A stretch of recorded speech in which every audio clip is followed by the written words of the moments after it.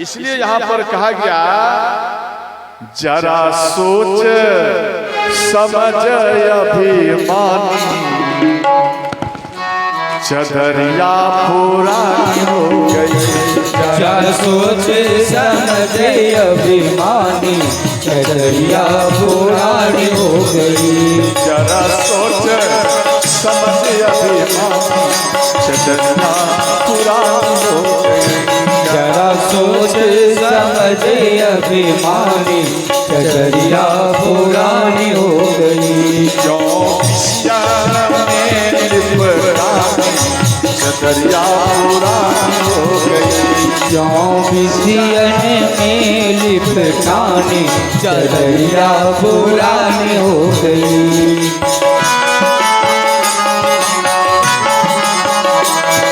जय हो।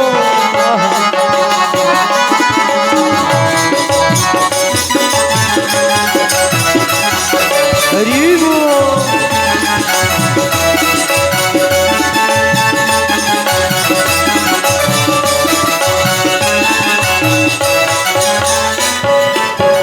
हिंदू हो के बकरा काटे। हिंदू हो के बकरा काटे। हिंदू हो के बकरा काटे। हिंदू हो के बकरा काटे। बकरा काटे बकरा काटे। बकरा काटे हाँ बकरा काटे। हिंदू हो के बकरा काटे। हिंदू हो के बकरा काटे। आप ही काटे आप ही काटे आप ही खाए। क्या सही बात है? सही बात है गलत है? आप ही काटे आप ही खाए। आप ही काटे आप ही खाए। और दोष लगाए महारानी चदरिया पुरानी हो गई। और दोष लगाए महारानी चदरिया पुरानी हो गई। जरा सोच समझ अभिमानी चदरिया पुरानी हो गई। जरा सोच समझ अभिमानी चदरिया पुरानी हो गई। जय हो। दोनों हाथों से मीठी मीठी ताली बजाते हैं। जय जय हरि बोल।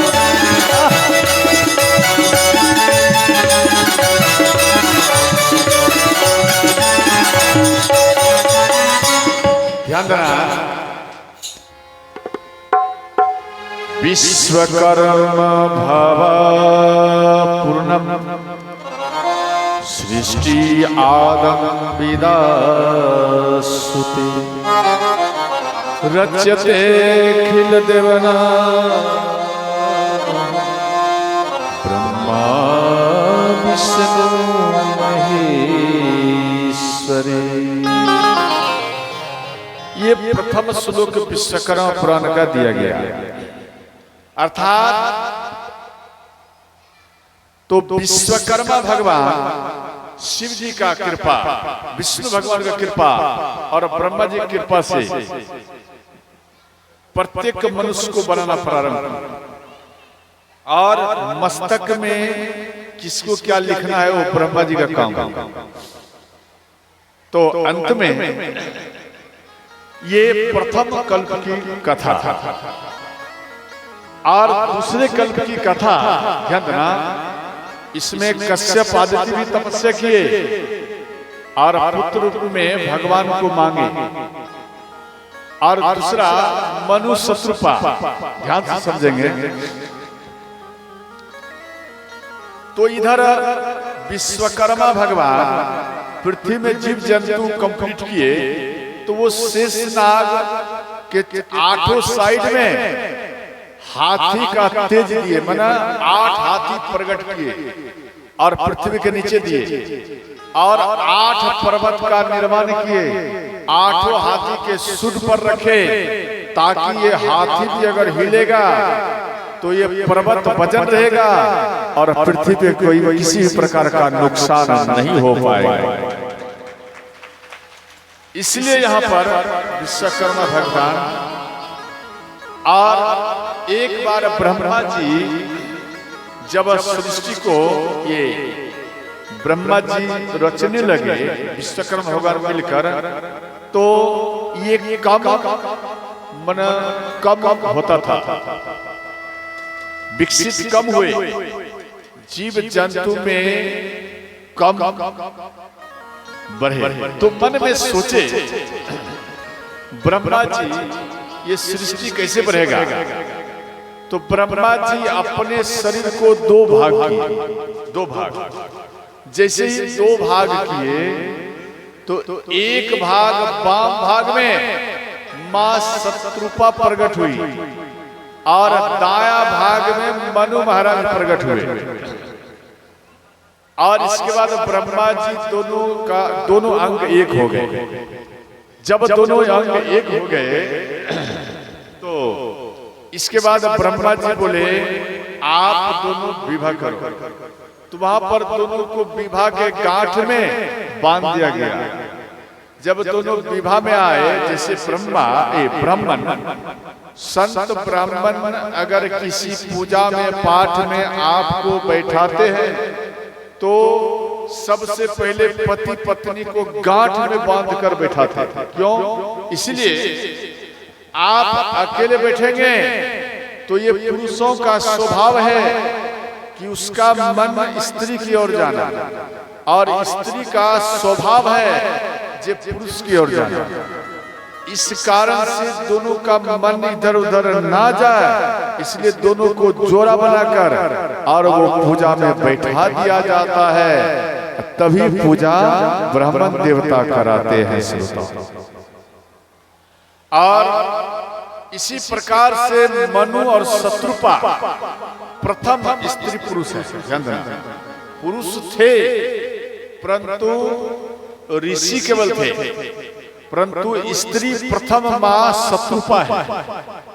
और मां शत्रुपा और मनु महाराज ये नैमिषारण्य में आकर तपस्या की।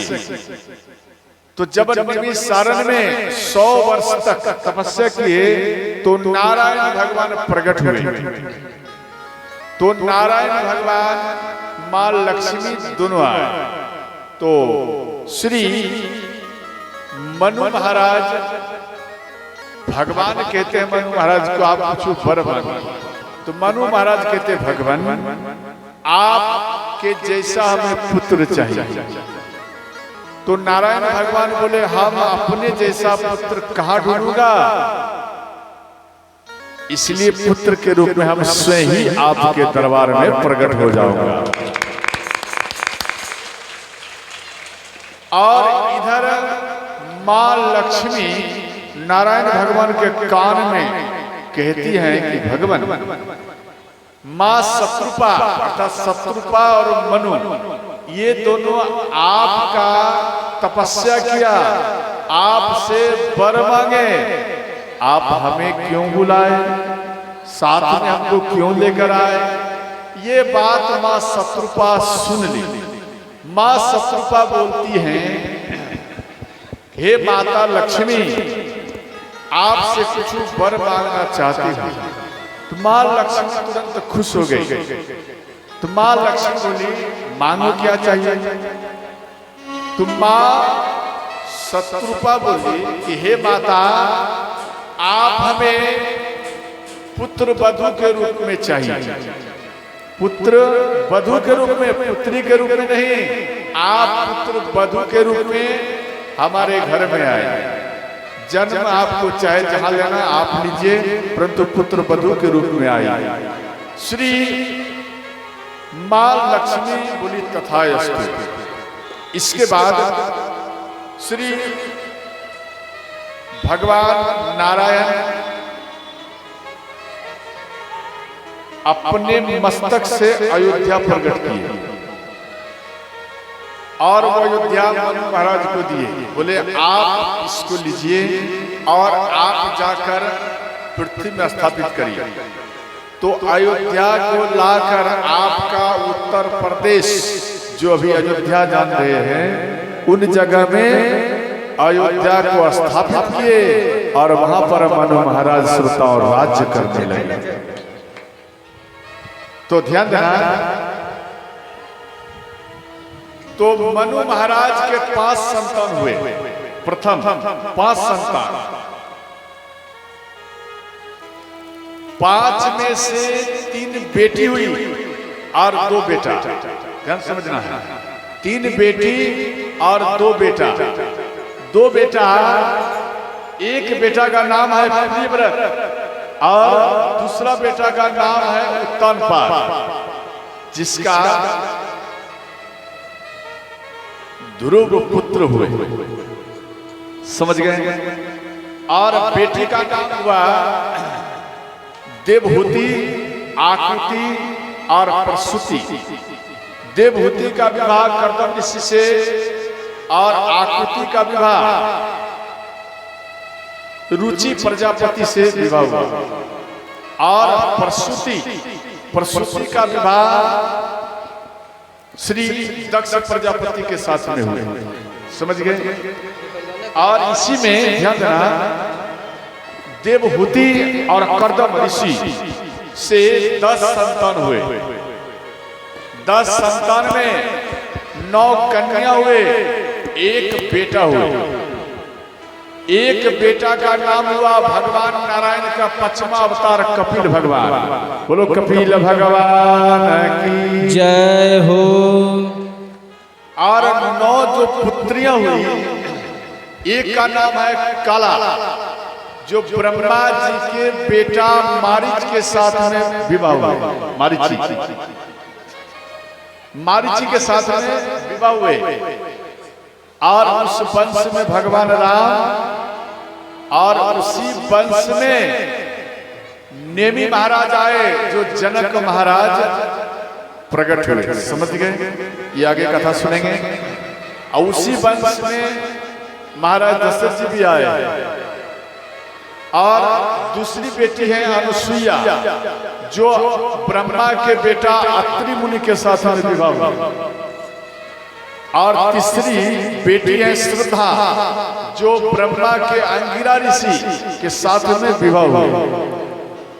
और चौथा है हरिभूर्व, जो पुलस्त ऋषि, ब्रह्मा के बेटा पुलस्त ऋषि के साथ में विवाह हुआ, जिस वंश में कि रावण आए। समझ गए? रावण, विश्रवा, ये सब आए। और 5वां है गति, ब्रह्मा के बेटा पुलह, उनके साथ में ये गति का विवाह हुआ। इसके बाद 6ठा में है क्रिया, जो क्रतु ऋषि, ब्रह्मा के बेटा क्रतु ऋषि के साथ में विवाह हुआ। और 7वां है ऊर्जा, अर्थात अरुंधति, जो ब्रह्मा के बेटा गुरु वशिष्ठ के साथ में इनका विवाह हुआ। और 8वां में है चित्ती, अर्थवान ऋषि के साथ में, ब्रह्मा के बेटा अर्थवान, उनके साथ में इन दोनों का विवाह हुआ। और 9वां में है ख्याति, ये भृगु ऋषि के साथ में विवाह हुआ।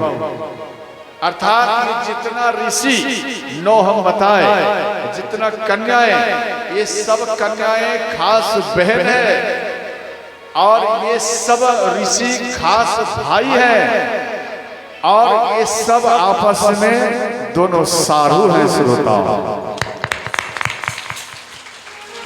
तो इसके बाद ध्यान देना, तो एक कल्प में वृंदा और जलंधर की कथा है। वृंदा पतिव्रता स्त्री थी और जलंधर बहुत दुष्ट थे। सारा देवता को परास्त कर दिया और सब हार जाते थे। तो इस सारा देवता शिव जी के पास में गए। भगवान भोलेनाथ जलंधर से युद्ध करने के लिए आए, तो भगवान भोलेनाथ भी हार गए। हारने का क्या कारण है बताओ? मुख्य कारण है वृंदा ये अपने पति को, जब इनके पति जाते थे ना युद्ध करने के लिए, एक माला गले में डाल देती थी, ओम पति परमेश्वराय नमः माला डाल दी, और उसके मस्तक में तिलक लगाती थी। क्या कहा? ओम पति परमेश्वराय नमः, और तिलक लगा दिया।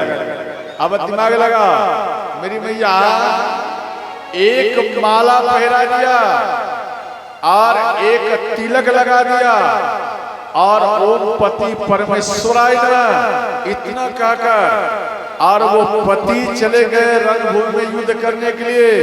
भगवान भोलेनाथ जैसे महावीर, और वो भी इनसे बार बार हार जाते थे। अब आप दिमाग लगाइए, आपके पति अगर आपके घर से बाहर जाए,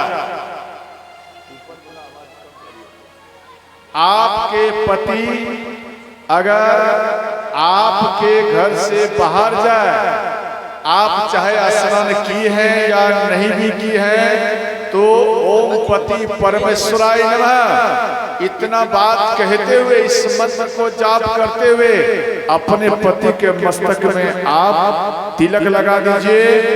आपका पति का शरीर ही कवच बन जाएगा। कितना भी खतरा आपके पति के ऊपर आएगा, परंतु आपके पति सुरक्षित आपके घर वापस आ जाएगा। इतना दिमाग में रखना, समझ गए? आपका सुहाग कोई थोड़ा स्केच भी नहीं लग सकता मेरी मैया। हृदय से, प्रेम से इस मंत्र का पाठ कर आप तिलक लगाइए, आपका पति शरीर कवच बन जाएगा। समझ गए? तो ठीक वृंदा इसी प्रकार करती थी। तो भगवान भोलेनाथ नारायण भगवान के पास में आए, भगवान हम इनको कितना बार मारता हूँ, ये मरता नहीं है, सिर काट देता हूँ फिर इसका सिर में आ जाता। तो नारायण भगवान बोले आप युद्ध करने के लिए जाइए। इधर भगवान भोलेनाथ जलंधर को ललकारे, जलंधर युद्ध करने के लिए आए। इन दोनों में भयंकर युद्ध चल रहा है, शिव और जलंधर में। नारायण भगवान जलंधर का रूप धारण कर वृंदा के पास में आए, और वृंदा अपना पति समझकर चरण दबाने लगी। अब जैसे ही वृंदा चरण दबाने लगी, इनका पतिव्रत धर्म टूट गया, और भगवान भोलेनाथ अपने त्रिशूल से जलंधर के मस्तक को सुरताओं को काट दिया, और जलंधर का शरीर और सिर इस त्रिशूल द्वारा, जैसे घर के बाहर में एक ईंट फेंक दो वो बोलेगा धड़ाम, बोलता ना आवाज, ठीक उस प्रकार जब आवाज आए तो ये वृंदा महल से बाहर में आए और अपने पति को मृतक में देखे। वृंदा रोने लगी और फिर मन में सोची, जब ये मेरे पति हैं तो अंदर में कौन है? और जैसे ही अंदर की ओर झांके तो नारायण भगवान अपने रूप में आ गए, और नारायण भगवान को यहाँ पर श्राप दिए कि आप छल से मेरे पतिव्रत धर्म को नष्ट किया है, इसलिए आज मैं आपको श्राप दे रही हूँ कि आप के पत्नी को हरण मेरे पति छल कर करेंगे, ये मेरा श्राप है।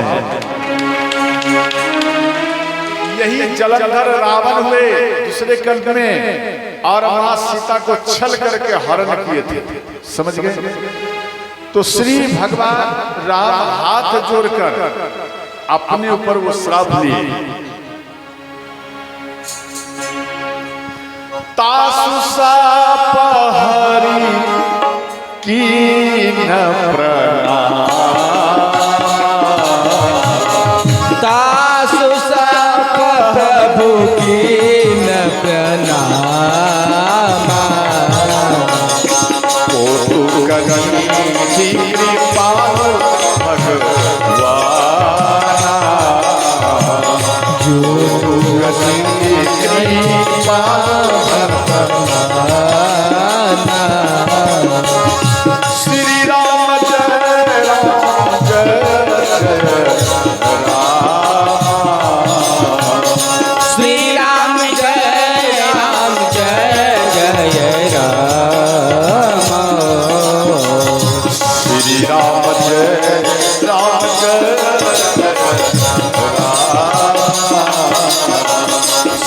राम जय राम जय जय राम।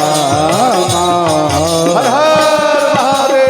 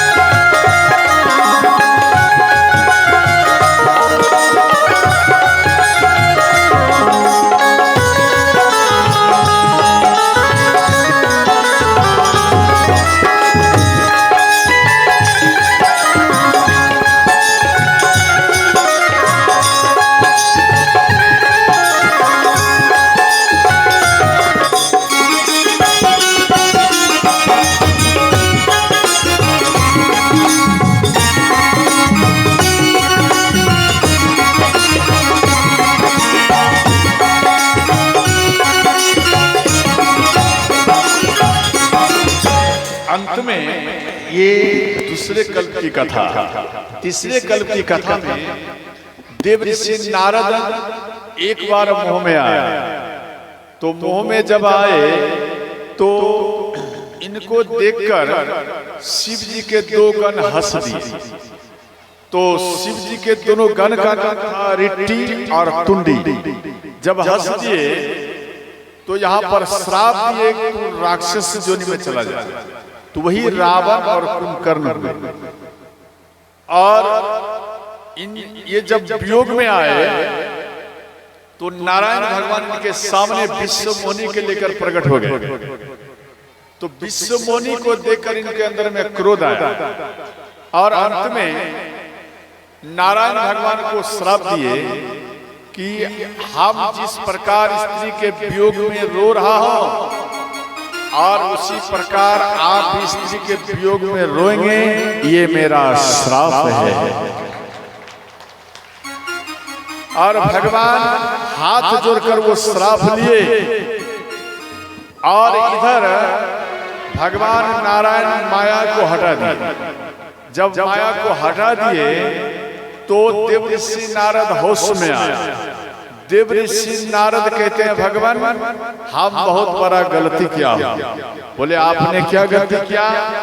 बोले भगवान हम आपको श्राप दे दिया, यहाँ पर बहुत बड़ा हम गलती किया, इसलिए जो हम श्राप दिया वो मिथ्या हो जाए, मना वो श्राप आपको नहीं लगे, अर्थात आपको श्राप ना लगे। मृषा हो मम श्राप कृपाला मम इच्छा कहती न दया। राम सिया राम जय जय राम। राम सिया राम जय जय राम। भगवान नारायण बोले मम इच्छा देव ऋषि नारद ये मेरा ही इच्छा था। तो देव ऋषि नारद बोले भगवान मेरे ऊपर जो ये दोष लगा है ये दोष कैसे मिटेगा? तो श्री नारायण भगवान बोले आप शिव जी का 7 बार जाप करिए ना। जब हो जाय शंकर सतनामा होय हृदय तुरत विश्रामा। राम सिया राम जय जय राम। राम सिया राम जय जय राम। हर हर महादेव।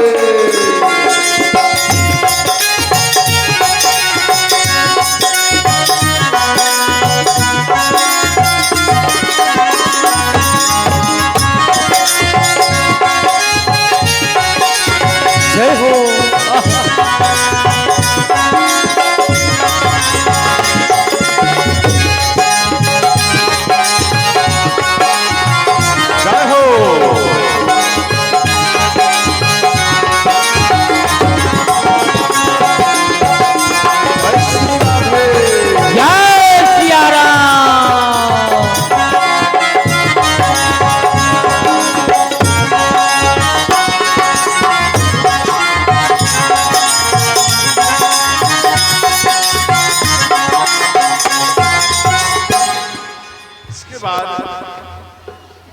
ध्यान देना, प्रताप भानु राजा, इसका भी यहां पर ये चर्चा आया है। सत्यकेतु के दो बेटा थे, एक का नाम था प्रताप भानु राजा और दूसरा मर्दन। तो प्रताप भानु राजा, इनका पूरे पृथ्वी में साम्राज्य था। एक बार ये शिकार खेलने के लिए घोड़े पर गए, तो एक काल केतु नाम का दैत्य था, वो माया जानते थे और वो एक ब्रहा का रूप धारण कर सामने आ गया। तो इधर प्रताप भानु राजा वो ब्रहा का शिकार करने में विंध्याचल में वो भटक गए। ये काफी दूर चला गया, रात हो गया, अंधेरा हो गया, मार्ग भूल गए। तो एक साधु के कुटिया को देखे तो प्रताप भानु राजा उन कुटिया में आया, संत के चरण में वो प्रणाम किए और जैसे ही प्रणाम किए तो संत बाबा कहते हैं कि आप कौन हैं? तो ये अपने आप को छुपाए, ये कहने लगे प्रताप भानु राजा के हम मंत्री हो, धर्म रुचि। झूठ बोले यहाँ। तो वो साधु बाबा इनको पहचान गए, बोले सावधान, आप धर्म रुचि नहीं है, आप स्वयं प्रताप भानु राजा है। बोले आप कैसे जानते हैं? बोले मैं जानता हूं, क्यों मैं तपस्वी हूं, आपका पूरे राज्य में फैला हुआ है पावर। और दूसरी बात कि आप एक ब्रहा का शिकार किया और आप वन में आ गए और आप हमारे को भूल चुके हैं। इस बात को सुनकर प्रताप भानु राजा आश्चर्य पड़े और उन संतों के चरण में प्रणाम करेंगे। यहाँ कहने लगे, वो संत कहता है देखो, आदि सृष्टि उपजी जब ही तब उत्पत्ति भे मोरी, नाम एक तनु हेतु तेहि देह ना धरी बहु। अर्थात जब से यह सृष्टि प्रकट हुआ है तब से ये शरीर हमें मिला है और तभी से हम जैसा देख रहे हो हमें ठीक इसी प्रकार का मैं हूं, मेरे में कोई परिवर्तन नहीं होता है। तो ध्यान देना, ये कपटी मुनि थे, कपट, इसका नाम था एक तनु, और ये राजा थे और इस राजा के यहाँ आक्रमण किए थे प्रताप भानु राजा, और ये प्राण बचाकर भाग गए और वह साधु बने विंध्याचल में, वन में आकर साधु बने और ये बदला लेने के लिए प्रताप भानु राजा से। तो वही साधु बनकर इनको कह रहे हैं कि हम जब से सृष्टि प्रकट हुआ है तब से हम हैं और मेरे शरीर में कोई परिवर्तन नहीं होता है, अब मेरा शरीर जो देख रहे हो ऐसा ही है। इस बात को सुनकर प्रताप भानु राजा और खुश हो गए और इसके बाद बोले, देखिए आपका पूरे पृथ्वी पर साम्राज्य है, ठीक है, परंतु एक ब्राह्मण आपके बस में नहीं है। बोले ब्राह्मण बस में नहीं?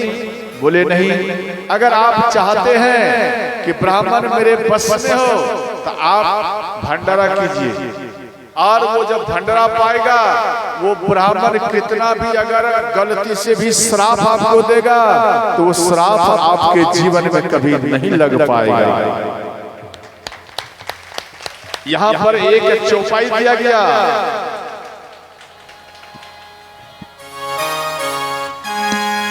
विप्र श्राप बिनु सुनो वही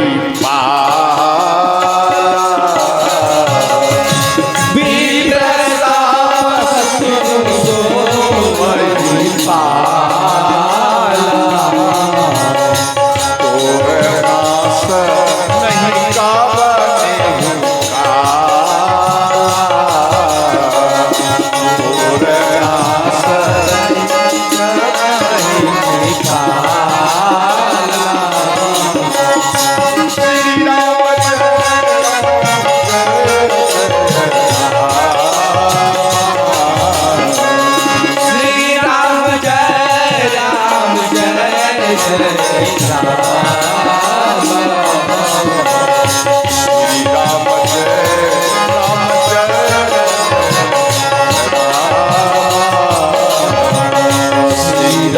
जय राम जय जय राम। हर हर महादेव। जय हो। दोनों हाथों से मीठी मीठी ताली बजाते हुए